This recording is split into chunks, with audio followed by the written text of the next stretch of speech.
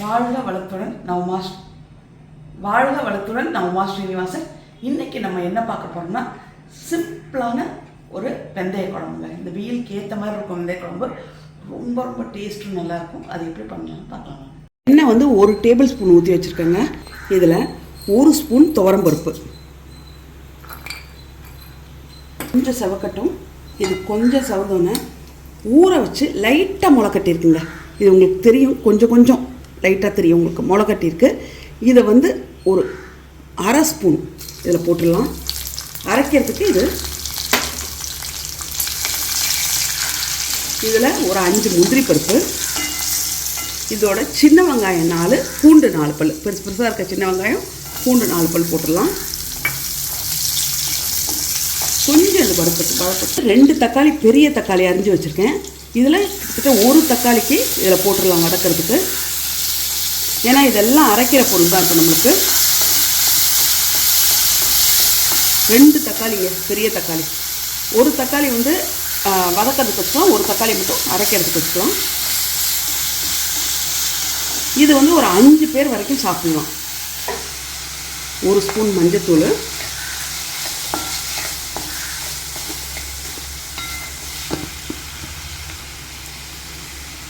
சோம்புத்தூளுங்க, 1/2 spoon சோம்புத்தூள், 1 spoon சீரகத்தூள். இது வந்து தூளாக இல்லைனாலும் பரவாயில்ல, நீங்கள் சோம்பு 1/2 ஸ்பூனும் சீரகம் 1 ஸ்பூனும் வந்து எண்ணெயிலே போட்டு வறுத்துருங்க. தூள் தான் போடணும்னு அவசியம் இல்லை, முழுசாகனாலும் அதை போடலாம். இப்போ இதுக்கு தேவையான அளவு உப்பு கொஞ்சம் போட்டுக்கலாம். இந்த தக்காளி வந்து நல்லா கொலைய வதக்கணும். அதுக்கு முன்னாடி 1/2 ஸ்பூன் மிளகாத்தூள், 1 ஸ்பூன் மல்லித்தூள் எடுத்து வச்சுருக்கேன், அதையும் சேர்த்துடலாம். இந்த தக்காளி நல்லா வதங்குற வரைக்கும் நம்ம வதக்கிக்கலாங்க. இப்போ இது நல்லா வதங்கிருச்சு பாருங்கள், எப்படி குழஞ்சிருச்சு பாருங்கள். தக்காளியெல்லாம் மிளகாத்தூள் வாசனை இதெல்லாம் போயிடணுங்க. நம்ம ஊற்றின அந்த ஒரே 1 ஸ்பூன் எண்ணெய் தான், ஆனால் வந்து வந்துருச்சு பாருங்கள் எண்ணெய் கொஞ்சம் அப்படி லைட்டாக. அந்த 1 ஸ்பூன் எண்ணெயை வந்து வெளியே வர அளவுக்கு இதை வதக்கிடுறோம். வதக்கிட்டு இப்போ அதை ஆற வச்சு அரைச்சிட்டு வந்துடுறேன். ஆறணுன்னா அரைச்சிடலாம் இதை நல்லா நைஸாக. இப்போ நல்லா ஒரு 4லேருந்து 5 டேபிள் ஸ்பூன் எண்ணெய் ஊற்றிட்டுங்க. எண்ணெய் ஜாஸ்தி தான் வேணும் இதுக்கு. அது 1 வாரம் கூட நீங்கள் இந்த குழம்பு அப்படி வச்சுக்கலாம், நல்லாயிருக்கும் ஃப்ரிட்ஜில் வச்சு. இப்போ கடுகு 1 ஸ்பூனு, கடுகு வெடிஞ்சோன்னே பூண்டுங்க ஒரு 10லேருந்து 15 பல் பூண்டு, சின்ன பூண்டு தான் நான் எடுத்து வச்சுட்டேன். அது மாதிரி வெங்காயமும் ஒரு 15 பல், 15 வெங்காயம், சின்ன வெங்காயம் 15 பல் பூண்டு.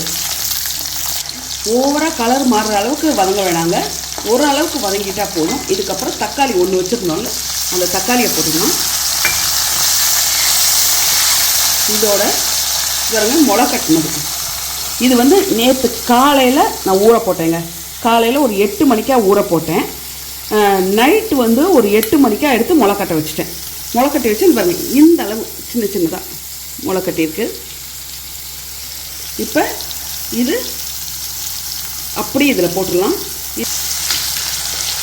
ஊற போட்டது வந்து 1 ஸ்பூன் தாங்க, 1 ஸ்பூனும் ஒரு 1/4 ஸ்பூன் ஜாஸ்தி போட்டுருப்பேன், அவ்வளோதான். அதில் அரைக்கிறதுக்கும் கொஞ்சம் எடுத்துட்டேன், இப்போ இதுலேயும் வதக்கிறதுக்கும் கொஞ்சம் போட்டேன், அவ்வளோதான். இது இப்போ கொஞ்சம் வெந்தயக்கீரை நல்லா 2 கட்டு வாங்கி வச்சுருக்கேங்க. வெந்தயக்கீரை 2 கட்டு வந்து நீங்கள் 1 வாரம் கழித்து பண்ண போகிறீங்கன்னா ஒரு சின்ன பாத்திரத்தில் மண் போட்டு அதில் வெந்தயத்தை போட்டிங்கன்னாவே சூப்பராக வெந்தயக்கீரை ஒரே வாரத்தில் முளைச்சிரும். ஃப்ரெஷ்ஷாகவே எடுத்து நீங்கள் பண்ணலாம். அதை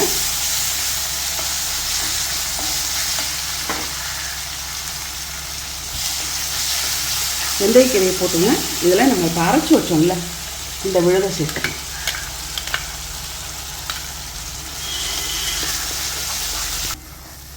இது போட்டு ஒரு 5 நிமிஷம் வதக்கலாம். ஏன்னா எல்லாமே வதக்கி அரைச்சது தான், அதனால் ஒரு 5 நிமிஷம் அந்த எண்ணெய் வர வரைக்கும் வதக்கலாம்.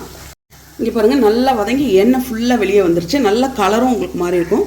இதில் நீங்கள் இது பாருங்கள், மிக்சியில் அரைச்சோம்ல, அரைச்சதில் தண்ணி, மிக்சியை கழுவி தண்ணி ஊற்றுறேன், அவ்வளோதான்.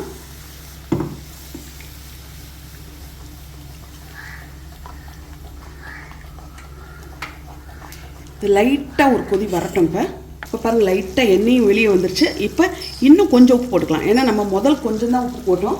அதனால் தேவையான அளவு கொஞ்சம் உப்பு பார்த்துட்டு போட்டுக்கோங்க. காரம் அவங்களுக்கு ஏற்ற மாதிரி போட்டுக்கோங்க. அவங்களுக்கு ஏற்ற மாதிரி போட்டுக்கோங்க. ஏன்னா சில பேர் சொல்கிறாங்க மிளகாத்தூள் ஜாஸ்தின்றாங்க. எங்களுக்கு அந்த காரம் வேணும், அது போட்டுக்கிறேன். உங்களுக்கு என்ன மாதிரி காரம் வேணுமோ நீங்கள் அதை போட்டுக்கலாம். இப்போ இதில் புளி, உங்களுக்கு எவ்வளோ புளி தேவையோ அந்த அளவு புளி தண்ணி ஊற்றிக்கணும்.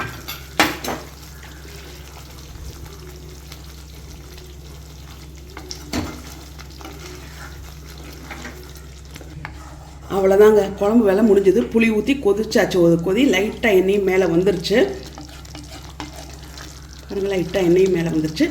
இது வந்து நீங்கள் ஜாஸ்தியாக்கணும். இன்றைக்கி 10 பேர் 11 பேர் சாப்பிட்றோம் வீட்டில், நிறையா வேணும், இந்த அளவு தானே குழம்பு வந்திருக்குன்னு நினச்சிங்கன்னா தேங்காய் பால் ஊற்றிக்கலாங்க. ஆனால் அதுக்கேற்ற மாதிரி காரங்கிறோன்னா கொஞ்சம் ஜாஸ்தியாக போட்டுக்கோங்க. தேங்காய் பால் ஊற்றினீங்கனாலும் நல்லாயிருக்கும். ஆனால் அன்றைக்கே தீர்த்துடணும். இது நம்ம ஒரு வாரம் கூட வச்சுக்கலாம். இருந்த கொஞ்சம் வெந்தயக்கீரை, கருவேப்பிலை, கொத்தமல்லி எதுவும் தேவையில்லை. ஏன்னா வெந்தயக்கீரை தான் இதோட ஃப்ளேவர். இதுக்கு வெல்லம் ஒரு துண்டு போட்டிருக்கேன். உங்களுக்கு இனிப்பு கொஞ்சம் ஜாஸ்தி வேணால் ஜாஸ்தி, கம்மி வேணால் கம்மி. நான் கொஞ்சம் ஜாஸ்தி போட்டிருக்கேன். நீங்கள் கம்மியாக வேணால் இன்னும் கொஞ்சம் கம்மி பண்ணிக்கலாம் வெல்லத்தை. அவ்வளோதான். இப்போ இதை ஆஃப் பண்ணிடலாம். இப்போ எப்படி பண்ணுறதுன்னு பார்த்தோம் வெந்தய குழம்பு. இது வந்து நீங்கள் சாதத்துக்கு மட்டும் இல்லைங்க, சாதத்துக்கும் டேஸ்ட்டாக இருக்கும். இட்லி, தோசை, சப்பாத்தி, பூரி எல்லாத்துக்குமே வச்சுக்கலாம். ஏன்னா திக்காகவும் இருக்கும். அந்த டேஸ்ட்டே ஒரு வித்தியாசமாக இருக்கும். கசக்குன்னு மட்டும் நினைக்காதீங்க. கசக்கவே கசக்காது. ஏன்னா நம்ம வந்து முதல் நாளே ஊற வச்சு முளைக்கட்டி வச்சுட்டாவே அது கசக்காது. ரொம்ப ஓவராக கசக்கிறது இது லைட்டாக எங்கேயாவது ஒரு கசப்பு தெரியுமே தவிர ரொம்ப கசக்கவே கசக்காது.